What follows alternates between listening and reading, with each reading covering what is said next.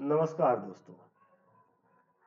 आयुर्योद्धा Ayurveda warrior के रसशास्त्र एवं भैषज कल्पना lecture series में आप सभी का एक बार फिर से मैं आशीष कुमार त्रिपाठी स्वागत करता हूं। जैसा कि हमने पिछले लेक्चर में देखा था कि रसशास्त्र का एक सामान्य परिचय हमने प्राप्त किया था कि शब्द के अर्थ पर शाब्दिक अर्थ जो है उसके अनुसार रसशास्त्र का परिचय क्या हो सकता है, जिसमें हमने जाना था कि रस का अर्थ पारद है और शास्त्र का अर्थ उसका संपूर्ण अध्ययन है। तो पारद और उससे संबंधित संपूर्ण अध्ययन ही रसशास्त्र है, ऐसा हमने सामान्य परिचय में देखा था।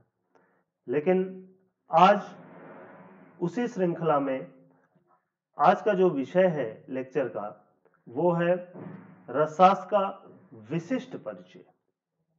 रसशास्त्र का विशिष्ट परिचय हम आज देखेंगे कि इसमें इसका प्रयोजन क्या है, इसका प्रादुर्भाव कैसे हुआ है और ऐतिहासिक पृष्ठभूमि के आधार पर इसकी विषय वस्तु क्या क्या है। इन सभी तथ्यों को आज हम आज के लेक्चर में समायोजित करने का प्रयास करेंगे। तो प्रारंभ करते हैं। रसशास्त्र का जो प्रादुर्भाव है, इसमें जैसा कि हम जानते हैं कि हमारे भारतीय ज्ञान विज्ञान का जो मूल स्रोत है वह वेद है। सभी प्रकार के ज्ञान का जो मूल है सूत्र रूप में वेदों में निहित है। इसी प्रकार रसशास्त्र का ज्ञान भी मूल रूप में और सूक्ष्म रूप में सूत्र रूप में वेदों में कहीं न कहीं निहित है। हम जानते हैं कि अग्नि वायु सोम आदि को देवताओं का भिषक कहा गया है और उनमें जो श्रेष्ठ हैं देवा नाम भिषजो, मतलब देवताओं में श्रेष्ठ भिषक दो लोगों को कहा गया है। यहाँ भिषजो से समझ सकते हैं, भिषजो द्विवचन है, इसका मतलब दो लोगों के लिए कहा गया है। और वो कौन लोग हैं? अश्विनी कुमार। अश्विनी कुमार दो भाई हैं, नासत्य और दस्र। उन दोनों को देवा नाम भिषजो, देवताओं का भिषक कहा गया है।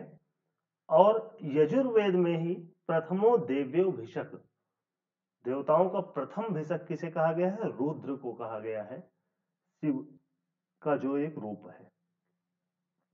तो यहीं से रसशास्त्र जो आद्य उपदेष्टा अगर देखें, जो आयुर्वेद का ज्ञान है, संहिताओं में जो वर्णित है उसके लिए आद्य उपदेष्टा परमपिता ब्रह्मा को बताएगी। चाहे वो चरक संहिता हो, सुश्रुत संहिता हो, काश्यप संहिता हो या अष्टांग संग्रह हृदय, किसी भी संहिता में जो आदि उपदेष्टा कहे गए हैं, ब्रह्मा कहे गए हैं, ब्रह्मा से ये परंपरा शुरू होती है। जबकि रस शास्त्र के जो भी मानने वाले लोग हैं वो रसशास्त्र की परंपरा को शिव से प्रारंभ मानते हैं। शिव या रुद्र से प्रारंभ हुआ माना जाता है रसशास्त्र का प्रादुर्भाव। वास्तव में जो रसशास्त्र है वो 6वीं 7वीं शताब्दी से इसका वर्णन प्रारंभ होता है। यद्यपि इसकी जो विषय वस्तु है जनरली सामान्यतः इसमें खनिज और धातुओं का वर्णन है, उनसे संबंधित अध्ययन है, तो उनका यदा कदा प्रयोग संहिताओं में भी मिलता है। औषधि के रूप में चिकित्सा में विभिन्न स्थानों पर ये वर्णन मिलते हैं, लेकिन बहुत कम। जो एक वैज्ञानिक प्रारूप इसका प्राप्त होता है वो संहिताबद्ध होकर के 7वीं 8वीं शताब्दी से विशेष रूप से आचार्य नागार्जुन से प्रारंभ मानते हैं। और आचार्य नागार्जुन 6वीं 7वीं शताब्दी में उन्होंने रस विद्या प्राप्त की और रस विद्या जो है उससे ऐसा वर्णन भी आता है कि श्री मदन किरातनाथो रसाचार्य, श्री मदन किरातनाथो रसाचार्य यस्य स्वयं अवतीर्णा रस विद्या, ऐसा रस हृदय तंत्र में जो कि रस शास्त्र का एक ग्रंथ है उसमें ऐसा वर्णन किया गया है कि श्री मदन किरात प्रदेश के कोई रसाचार्य थे, उनके यहाँ रस विद्या स्वयं अवतीर्ण हुई थी और वहां से यह परंपरा आगे बढ़ी थी। तो इस तरह से शिव से आगे बढ़ने वाली जो रसशास्त्र की परंपरा है 6वीं-7वीं शताब्दी में वैज्ञानिक स्वरूप में प्राप्त होती है। और उसका एक कारण ये भी कई विद्वान मानते हैं कि बौद्ध धर्म उस समय अपने चरम पर था, पूर्ण रूप से पल्लवित हो चुका था और बौद्ध धर्म अहिंसावादी था। और वो जो पेड़ पौधे होते हैं उनको नष्ट करना, उनको उखाड़ना, उनको औषधि के रूप में प्रयोग करना, उसको भी हिंसा ही मानते थे। तो वो हिंसा को कम करने के लिए रसशास्त्र के प्रचलन को बढ़ाया गया। कई सारे विद्वज्जन ऐसा तर्क देते हैं कि बौद्ध धर्म के अहिंसावाद के कारण उस समय रसशास्त्र को बढ़ावा मिला। अब रसशास्त्र का जो प्रयोग है इसको अगर देखें तो मुख्य रूप से कई लोग कहते हैं कि इसके 3 प्रयोग परिलक्षित होते हैं। एक धातुवाद, दूसरा देहवाद और तीसरा चिकित्सावाद। ये क्या है? धातुवाद का अर्थ है, रस का अर्थ हम जानते हैं पारद होता है, और पारद की सहायता से या सिद्ध किए हुए रस की सहायता से, सिद्ध पारद की सहायता से निम्न कोटि की धातु को उच्च कोटि की धातु में परिवर्तित करना, मतलब कम गुणवान धातु को अधिक गुणवान धातु में परिवर्तित कर देना ही धातुवाद कहलाता था। जैसा कि हम जानते हैं, हमें एल्केमी पता होगी, जिसे हिंदी में कीमियागिरी भी कहते हैं। बहुत सारे ऐतिहासिक वर्णन प्राप्त होते हैं एल्केमी या कीमियागिरी के, जिनसे स्पष्ट होता है कि ऐसा भी एक विज्ञान है जिसमें लौह आदि धातुओं को कीमती स्वर्ण आदि धातुओं में परिवर्तित किया जाता था। उसे ही धातुवाद की संज्ञा दी जाती है। तो पारद की सहायता से निम्न कोटि की धातु को उच्च कोटि की धातु में परिवर्तित कर देना है धातुवाद है। दूसरा देहवाद है। देहवाद में ऐसा कहा गया है कि जैसे पारद निम्न कोटि की धातु को उच्च कोटि में परिवर्तित करने में समर्थ है, उसी तरह से जो देह की सप्त धातुएं हैं, रस रक्त मांस मेद अस्थि मज्जा शुक्र, इन धातुओं के निम्न कोटि से उच्च कोटि में परिवर्तन करने में भी पारद समर्थ है। अर्थात यदि अल्प गुणवान हो गई है कोई धातु तो उसको पूर्ण गुणवान या अधिक गुणवान बना सकने की क्षमता पारद में होती है। तो इस प्रकार निम्न धातु को उच्च शारीरिक धातु में परिवर्तित करना देहवाद की संज्ञा कहलाता है। और इसी के माध्यम से मोक्ष प्राप्त करने के लिए देह को स्वस्थ रखा जाता था। जो इसका प्रयोजन था देहवाद का, वो देह को इतना स्वस्थ रखें, इस तरह से स्वस्थ रखें कि मोक्ष की प्राप्ति की जा सके।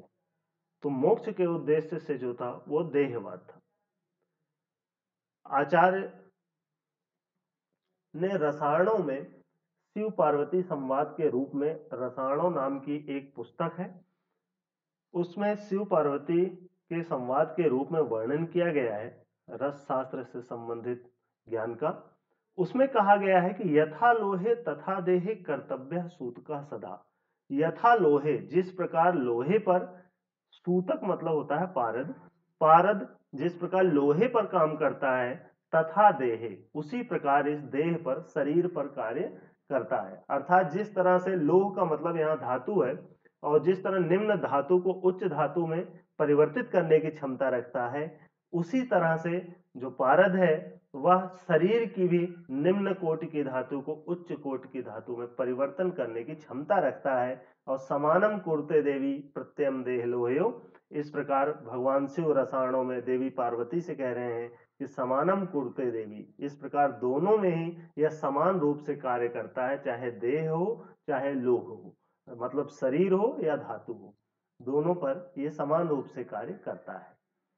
पूर्वम लोहे परिच्छेद ततो देहे प्रयोजित, बहुत ही वैज्ञानिक तथ्य है यहाँ पर कह रहे हैं पूर्वम लोहे परिच्छेद, इसलिए जो पारद सिद्ध किया जाए पहले उसकी लोह पर परीक्षा कर लेनी चाहिए, मतलब धातुओं पर उसकी परीक्षा कर लें कि क्या यह परिवर्तित कर पा रहा है या नहीं, निम्न कोट की धातु को उच्च कोट, ततो देहे प्रयोजित, उसके बाद ही शरीर पर इसका प्रयोग करना चाहिए। तो एक तरह से प्री क्लिनिकल स्टडी की तरह से इस तथ्य को हम देख सकते हैं कि शरीर पर ह्यूमन ट्रायल से पहले, क्लिनिकल ट्रायल से पहले इसको धातुओं पर ट्रायल किया जाए। तो प्री क्लिनिकल स्टडी से मिलता जुलता यह तथ्य रसायनों में वर्णित है। आजकल धातुवाद का प्रयोग कहीं देखा नहीं जाता है, हालांकि इतिहास में बहुत सारे वर्णन है और कुछ लोग ऐसा भी कहते हैं कि गुप्त रूप से इसका प्रयोग किया भी जाता है, हालांकि इसका कोई भी साक्ष्य इस समय उपलब्ध नहीं है। और देहवाद मोक्ष के लिए आजकल इसका प्रयोग बहुत ही कम हो गया है। आजकल इसमें जो प्रयुक्त होने वाले द्रव्य हैं, चाहे वो पारद हो या उनका सहायक द्रव्य हो, उन सभी द्रव्यों को रोगों का नाश करने के लिए प्रयोग किया जा रहा है, चिकित्सा में प्रयोग किया जा रहा है, जिसको चिकित्सावाद के नाम से हम जानते हैं। अब रसशास्त्र का प्रयोजन देखें अगर, कि रसशास्त्र किस लिए है, इसका प्रयोजन क्या है। यद्यपि इस समय हम लोग आयुर्वेद में उसको केवल चिकित्सा की दृष्टि से ही देखते हैं रसशास्त्र को, लेकिन और भी व्यापक इसका प्रयोजन है। जैसा कि आचार्य नागार्जुन ने कहा है, सिद्धे रसे करिष्यामि निर्दारिद्र्यम इदम जगत। सिद्धे रस करिष्यामि मतलब मैं रस को सिद्ध करूंगा और उससे निर्दारिद्र्यम इदम जगत, इस संसार को निर्दारिद्र कर दूंगा। दारिद्र गरीबी से, गरीबी का नाश कर दूंगा इस संसार से, इस सिद्ध रस से। इससे पता लगता है कि जो रस सिद्ध है, रस विद्या है, उसके माध्यम से इसका धातुवाद को प्रदर्शित किया जा रहा है कि लौह आदि धातुओं को स्वर्ण आदि कीमती धातुओं में परिवर्तित करके और अर्थ की प्राप्ति की जा सकती है। लेकिन रसशास्त्र केवल अर्थ के लिए नहीं है। जैसा कि हम आयुर्वेद में जानते हैं कि पुरुषार्थ चतुष्टय की प्राप्ति के लिए आरोग्य आवश्यक है, और उसी आरोग्य की प्राप्ति के लिए आयुर्वेद बनाया गया है, आयुर्वेद का ज्ञान यहाँ पृथ्वी पर भेजा गया है, ऐसा मानते हैं। कहते हैं धर्म अर्थ काम मोक्षाणाम आरोग्यम मूलम उत्तमम। तो धर्म अर्थ काम और मोक्ष, इन चारों को पुरुषार्थ चतुष्टय कहा गया है, और इन चारों की प्राप्ति के लिए, चारों की प्राप्ति के लिए आयुर्वेद का सृजन हुआ, आयुर्वेद का ज्ञान पृथ्वी पर लाया गया। और लगभग वही उद्देश्य इस रसशास्त्र के भी हैं कि धर्मार्थम उपभोगा नाम, धर्म और अर्थ के उपभोग के लिए, और नष्ट राज्य वृद्धि, अगर राज्य नष्ट हुआ हो तो उसकी वृद्धि के लिए। यहां पर समझना चाहिए हमें कि नष्ट राज्य का अर्थ आर्थिक रूप से भी नष्ट हो तब भी रसशास्त्र उसकी प्रोन्नति कर सकता है, और यदि सामाजिक या चिकित्सा के अभाव के कारण नष्ट हो रहा है तब भी रसशास्त्र उस राज्य की प्रोन्नति कर सकता है। किसी महामारी की स्थिति में, किसी रोग की स्थिति में, या फिर आरोग्य प्रदान करके जहां पर राष्ट्र की वृद्धि की जा सकती है, वहां पर भी रसशास्त्र लाभकारी होगा, प्रयुक्त होता है। और आयु यौवन लाभार्थम, आयु के लाभ के लिए और यौवन के लाभ के लिए भी रसशास्त्र है। और मुक्ति अर्थम च मुमुक्षुणाम, मुमुक्षुणाम का मतलब जिनको मोक्ष की इच्छा है, जिनको मोक्ष की प्राप्ति करना है, उनके मुक्ति के लिए भी रसशास्त्र प्रयुक्त होता है। तो रसशास्त्र का जो प्रयोग है, चारों पुरुषार्थ चतुष्टय मीन्स धर्म अर्थ काम और मोक्ष, चारों की प्राप्ति रसशास्त्र के माध्यम से संभव होती है। और इनमें जो आयुर्वेद और योग का जिस प्रकार से अंतिम लक्ष्य मोक्ष है, उसी प्रकार से रसशास्त्र का भी अंतिम लक्ष्य मोक्ष ही है, विभिन्न चरणों से होते हुए। इसीलिए रसेश्वर दर्शन में कहा भी गया है कि न च रसशास्त्रम केवलम धातुवादार्थमेवेति मंतव्यम, अर्थात रसशास्त्र को केवल धातुवाद के लिए नहीं मानना चाहिए कि केवल धातुवाद के लिए कहा गया है, किंतु देह वेद द्वारा, देहवाद के द्वारा मुक्ति रेव परम प्रयोजनत्वात्, मुक्ति ही इसका परम प्रयोजन। बहुत इंपॉर्टेंट प्रश्न है ये कि रसशास्त्र का परम प्रयोजन क्या है, मीन्स अल्टीमेट एम रसशास्त्र का क्या है। तो वो बताया गया है कि देह वेद द्वारा मुक्ति रेव परम प्रयोजनत्वात्, मीन्स देहवाद की सहायता से आरोग्य प्राप्त करा के मुक्ति प्रदान करना ही, मोक्ष प्रदान करना ही परम प्रयोजन है। बहुत इंपॉर्टेंट क्वेश्चन है, बहुत सारे कॉम्पिटिटिव एग्जाम्स में ये आ चुका है और आगे भी आएगा कि रसशास्त्र का परम प्रयोजन क्या है। तो हमें याद रखना है मुक्ति, मुक्ति ही रसशास्त्र का परम प्रयोजन है। रसशास्त्र का वैशिष्ट्य अगर देखें तो बहुत कुछ संदर्भ हैं जो इसके वैशिष्ट्य को इंगित करते हैं।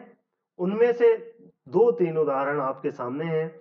जैसे रसशास्त्र क्यों विशेष है, औरों से ज्यादा महत्वपूर्ण क्यों कहा गया है, तो कहा गया है अल्प मात्रोपयोगित्वात्, अल्प मात्रा में उपयोग होने के कारण। जो रस औषधियां हैं, रस औषधियों में जनरली मेटेलो मिनरलिक प्रिपरेशंस होते हैं जिनमें हर्बल स्यूट्स भी हो सकते हैं। तो अल्प मात्रोपयोगित्वात्, लेस डोज रिक्वायर्ड, बहुत कम डोज इसकी जरूरत पड़ती है।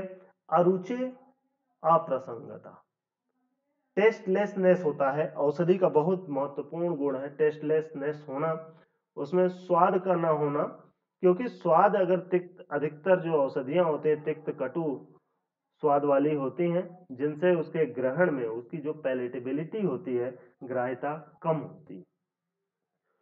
तो रस औषधि जो होती है अल्प मात्रा में प्रयोग होती है, लेस रिक्वायर्ड डोज, अरुचे अप्रसंगता, टेस्टलेसनेस, और तीसरा क्षिप्रम आरोग्यदायित्व। क्षिप्रम मतलब बहुत तेजी के साथ आरोग्य देने वाली होती है, अर्थात वेरी फास्ट एक्टिंग मेडिसिन है रस औषधि।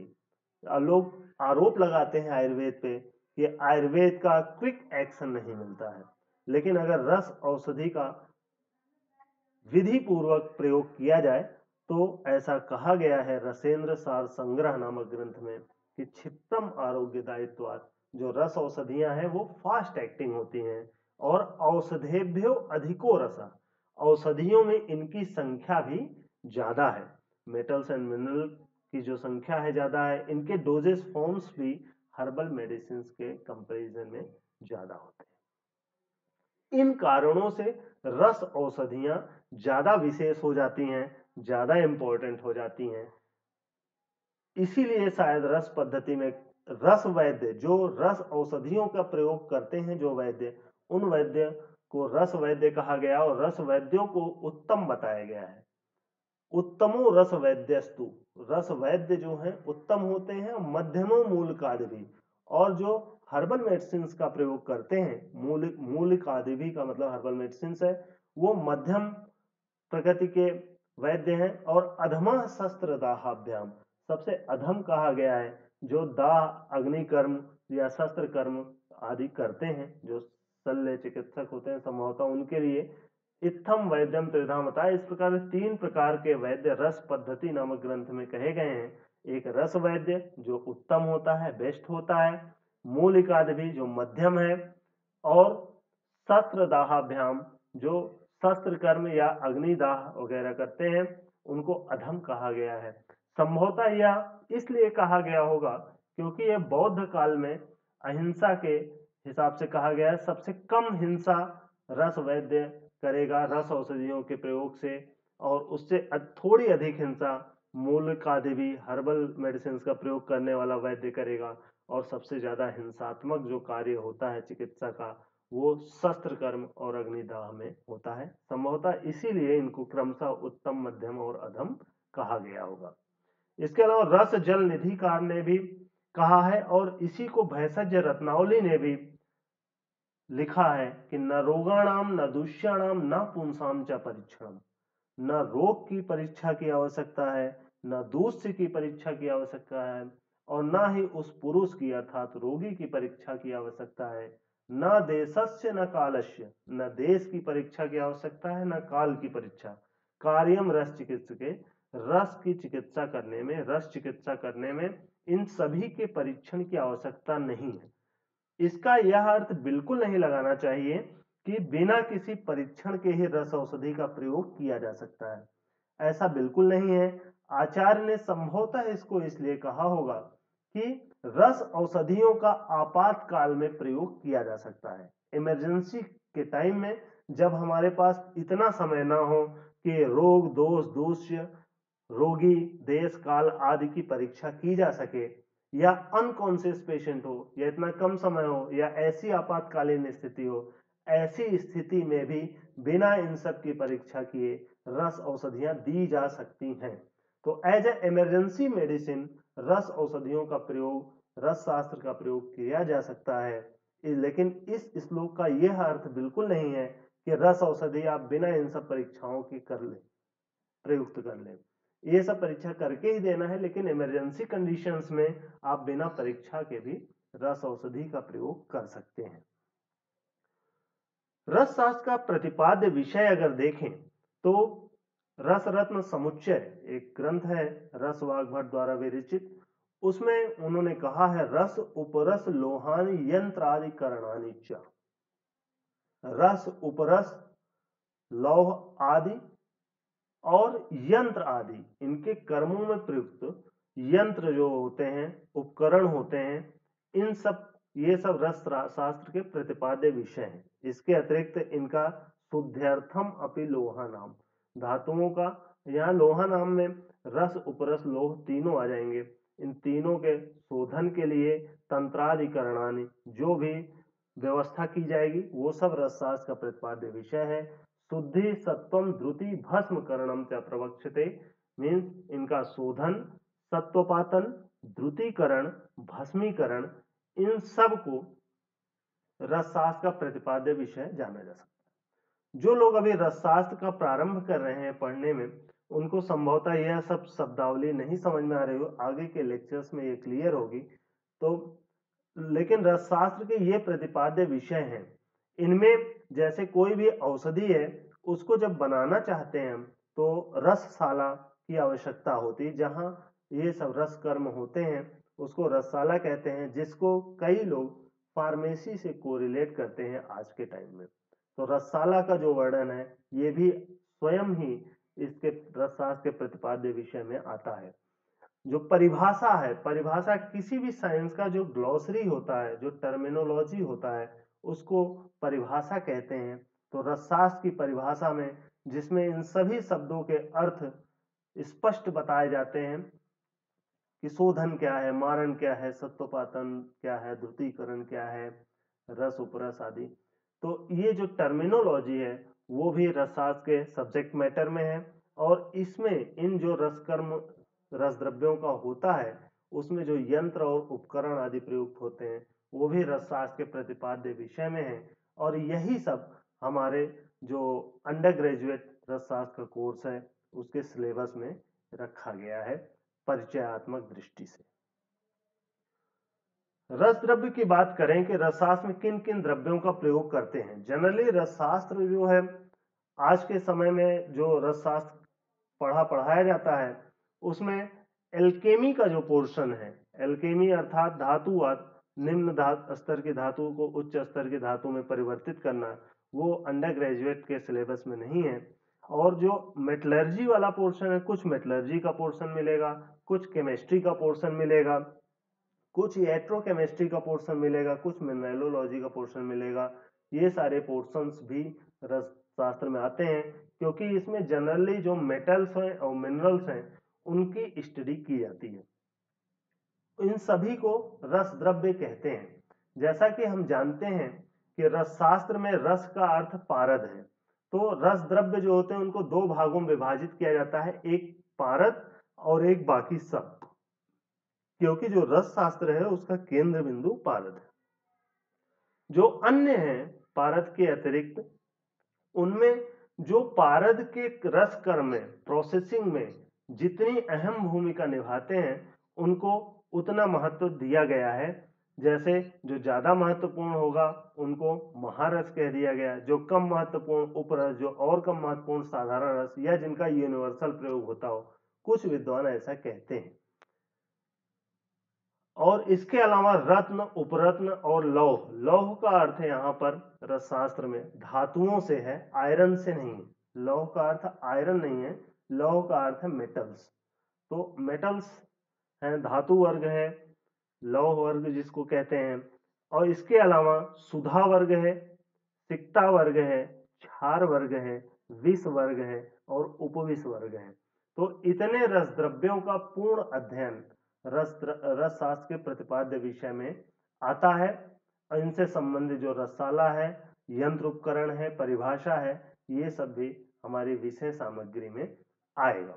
तो एक छोटा सा परिचय हम देख लेते हैं रस द्रव्यों का। जैसे जो पारद है, पारद से संबंधित जो भी जानकारी हम पढ़ेंगे, विस्तृत अध्ययन, वो सब रसशास्त्र के प्रतिपाद्य विषय में है। जैसे उसका परिचय पढ़ेंगे, निरुक्ति के बारे में जानेंगे, गुण क्या है, दोष क्या है, ग्राह्य लक्षण क्या है, अग्राह्य लक्षण क्या है, शोधन कैसे करते हैं, शोधन में भी सामान्य शोधन, विशेष शोधन, संस्कार पारद के कितने होते हैं, कैसे किए जाते हैं, क्या महत्व है, पारद की गतियां कितनी हैं, जारणा क्या है, मूर्छना क्या है, रसबंध 25 प्रकार के और जलूका बंध मिला के 26 होते हैं, और पारदी कल्पनाएं जैसे परपटी कल्पनाएं, कूपी पक्व रसायन, कज्जली, पोटली, ये सब जो विषय हैं पारद से संबंधित, वो सभी रसशास्त्र के प्रतिपाद्य विषय में स्वयं ही आ जाएंगे, क्योंकि रसशास्त्र में रस का अर्थ ही पारद है। इसका जो महारस की श्रेणी है, महारस में जो महारस, उपरस, साधारण रस आदि वर्ग किए गए हैं रस द्रव्यों के लिए, उन सभी वर्गों में अलग अलग आचार्यों का मत अलग अलग है। किंतु अंडर ग्रेजुएट बीएमएस के लेवल पे हम जो सबसे ज्यादा मान्य मत है केवल उसी को ध्यान में रखेंगे। अगर जिनको और अधिक जानने की इच्छा होगी वो पोस्ट ग्रेजुएशन में या अंडर ग्रेजुएशन की स्टडी पूरी करने के बाद आगे जान सकते हैं, लेकिन कम से कम हम अभी इतना लेके चल रहे हैं कि अंडर ग्रेजुएशन में कितना जानना अति आवश्यक है। तो महारस में 8 महारस बताए गए हैं रस रत्न समुच्चय में। अभ्र, अभ्रक, वैक्रांत, माक्षिक, विमल, अद्रिज जिसे शिलाजतु भी कहते हैं, शस्यक, चपल और रसक। तो अगर आप रसशास्त्र का प्रारंभ ही कर रहे हैं जानने को, तो रसशास्त्र के विद्यार्थी होने के नाते कम से कम यह श्लोक अगर ये कंठस्थ हो जाए तो अच्छी बात है। नहीं तो ये 8 नाम आपको कम से कम ध्यान रखने चाहिए कि ये महारस की श्रेणी में आते हैं, महारस के वर्ग में रखे गए हैं।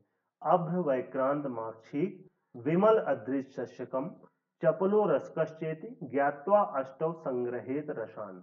इन 8 को रस कहा गया है। इस श्लोक में देखिए रस संज्ञा आई है, लेकिन जनरली इसको हम लोग महारस मान लेते हैं, जबकि रस रत्न समुच्चय के ही 6वें अध्याय में, जो ऊपर का श्लोक है वो दूसरे अध्याय का है, 6वें अध्याय में जो वेदी बनती है पूजन के लिए, उससे संबंधित ये दृश्य है, उसमें महारस शब्द आया है कुछ परिवर्तन के साथ। रसकम विमला ताप्यम चपला तुत्थम अंजनम हिंगुलम सस्यकं चैव ख्याता एते महारसा। वहां महारस आया है कुछ परिवर्तन के साथ। क्यों यह परिवर्तन है और कितना परिवर्तन है, इसको हम लोग जब महारस का अध्याय पढ़ेंगे वहां पर देखेंगे इसका कारण। लेकिन कम से कम ऊपर के 8 नाम जरूर याद रहें कि महारस में ये 8 आते हैं। इसी तरह से उपरस में 8 नाम याद हों: गंधक, गैरिक, काशीस, स्फटिका, हरताल, मनःशिला, अंजन, कंकुष्ट। इन 8 को उपरस संज्ञा दी है रसरन समुच्चय ने। गंधास्म गैरिकाशीस कांची ताल शिलांजनम कंकुष्ठम च इति उपरसश्च अष्टौ पारद कर्मणि। 8 नाम के बाद जो श्लोक में एक श्लोकांश है कि अष्टौ पारद कर्मणि, ये कॉम्पिटिटिव एग्जाम के लिए बहुत इंपॉर्टेंट हो जाता है। पूछ लिया जाता है कि अष्टौ पारद कर्मणि इनमें से किसके लिए कहा गया है। विकल्प होते हैं महारस, उपरस, साधारण रस, इस तरह से। तो आपको बताना है उपरस के लिए कि अष्टौ पारद कर्मणि, ये 8 पारद कर्म में सहायक होते हैं, उपरस कहे जाते हैं। इसी प्रकार से जो 8 साधारण रस बताए गए हैं उसमें कंपिल्लक, संखिया, नवसादर, कपर्द, अग्निजार, गिरी सिंदूर, हिंगुल और मुर्दा शंख या मृदार श्रृंग जिसे कहते हैं। तो इसके लिए भी श्लोक जिनको याद करना हो याद कर सकते हैं। कंपिल्लस चापरो गौरी पाषाणो नवसार का कपर्दो वहिंजारश्च गिर सिंदूर हिंगुलो मृदार श्रृंगम इति अष्टौ साधारण रसा स्मृता। तो इन 8 को साधारण रस की संज्ञा दी गई है। अच्छा, घबराना नहीं है कि ये सारी इतनी सारी जानकारी समझ नहीं आ रहा है क्या होता है, तो ये सारे अध्याय हैं अलग अलग, साधारण रस एक अलग अध्याय जिनमें इन 8 द्रव्यों के बारे में पूर्ण जानकारी प्राप्त करेंगे हम लोग कि क्या होते हैं ये, इनका प्राप्ति कैसे होता है, इनके गुण क्या है, दोष क्या है, प्रभाव क्या है, चिकित्सा में कैसे प्रयुक्त होते हैं, इत्यादि इत्यादि। ये सारा जानकारी हम लोग आगे आने वाले लेक्चर्स में इन सब द्रव्यों के बारे में लेंगे। अभी केवल हम ये जानना चाह रहे हैं किस वर्ग में कौन कौन से नाम है, बस ये ध्यान रखें तो अच्छा है। इसी तरह से रत्न में 9 रत्न होते हैं, इनका अगर हम क्रम से नाम याद रखें तो रत्न वाला जो अध्याय होगा उसको पढ़ना बहुत आसान हो जाएगा। तो हम लोग कोशिश करेंगे ये क्रम से नाम 9 याद हों। माणिक्य, मुक्ता, प्रवाल, पन्ना, पुखराज, वज्र, हीरा को वज्र भी बोलते हैं, पुष्पराग को पुखराज भी बोलते हैं, और नीलम, गोमेद, वैदूर्य। तो जो पहली बार इसको पढ़ रहे हैं वो कोशिश करें कि जैसे मैं बोल रहा हूं वैसे याद करने की कोशिश करें। पहले माणिक्य, मुक्ता, प्रवाल, पन्ना, ये 4 नाम बोलेंगे। माणिक्य, मुक्ता, प्रवाल, पन्ना, फिर 2 नाम बोलेंगे पुखराज, वज्र, फिर 3 नाम बोलेंगे नीलम, गोमेद, वैदूर्य। तो 4 2 3 के क्रम में अगर याद करेंगे तो आसानी से नाम याद हो जाएंगे। माणिक्य, मुक्ता, प्रवाल, पन्ना, पुखराज, वज्र, नीलम, गोमेद, वैदूर्य, ये 9 रत्न होते हैं और इनका पूरा अध्ययन हम लोग रत्न वाले अध्याय में करेंगे। जो लोग श्लोक याद करना चाहते हैं वो श्लोक भी याद कर सकते हैं। माणिक्य, मुक्ता, फल द्रुमाणी, तार्क्षं च पुष्टम च भद्रं च नीलम, गोमेदकं चाथ वैदूर्यकं च, क्रमेण रत्नानि नवग्रहाणाम। इसी तरह से ये 8 उपरत्न भी हैं। उपरत्नों की संख्या भी अलग अलग संहिताओं में, ग्रंथों में अलग अलग है, लेकिन हम लोग 8 याद रखते हैं। वैक्रांत, सूर्यकांत, चंद्रकांत, राजावर्त, पैरोजक, स्फटिक, व्योमास्म और तृणकांत, ये 8 उपरंत हम लोग ध्यान रखेंगे। इसी तरह सुधा वर्ग में, सुधा वर्ग जो है ये कैल्शियम कंटेनिंग सब्सटेंसेस का ग्रुप है। इसमें कैल्शियम ओरिजिन वाले हैं, कैल्शियम कंटेनिंग सब्सटेंसेस सारे होते हैं। इसमें जो नाम आते हैं सुधा, खटिका, गोदंती, सफेद सुरमा, मृगश्रृंग, सुक्ति, शंख, संबूक, समुद्रफेन, कूर्म पृष्ठ, कुक्कुटांड त्वक, अजास्थी। तो ये सारे नाम, इन सभी में कैल्शियम विशेष रूप से पाया जाता है, इसलिए इनको सुधा वर्ग भी कहते हैं। इसके बारे में हम लोग संबंधित अध्याय में अध्ययन करेंगे। इसी तरह से जो सिलिकेट्स होते हैं उनको यहाँ सिक्ता वर्ग में रखा गया है। इनमें जो 4 नाम याद रखने हैं, दुग्ध पाषाण, कौशेयास्म, नाग पाषाण और बदराश, ये 4 नाम ध्यान रखने हैं सिक्ता वर्ग में। क्षार वर्ग में वैसे तो बहुत सारे नाम हैं, हम अन्यत्र द्रव्यगुण में पढ़ भी चुके होंगे या परिभाषा प्रकरण में पढ़ेंगे, क्षार त्रय, क्षार द्वय, क्षार पंचक, क्षार अष्टक इत्यादि। लेकिन यहाँ 3 नाम कम से कम जरूर ध्यान रखेंगे। एक टंकड़, बोरेक्स, जिसे बोरेक्स के नाम से हम जानते हैं। दूसरा यव क्षार, जो यव को जलाने से मिलता है और उसकी प्रक्रिया हम लोग देखेंगे संबंधित अध्याय में, वो मिक्सचर ऑफ पोटेशियम सॉल्ट्स होते हैं।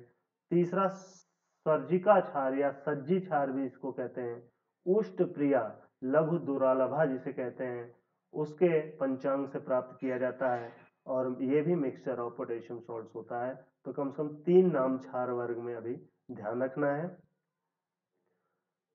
विष वर्ग और उपविष वर्ग, इनका भी रस कर्म में प्रयोग किया जाता है, इसलिए रस द्रव्यों में इनकी गणना भी होती है। तो 9 विष बताए गए हैं, हलाहल, कालकूट, श्रृंगिक, प्रदीपन, सौराष्ट्रिक, ब्रह्मपुत्र, हारिद्र, शक्तुक और वत्सनाभ। इन 9 को रस तरंगिणी नामक ग्रंथ ने विष की संज्ञा दी है।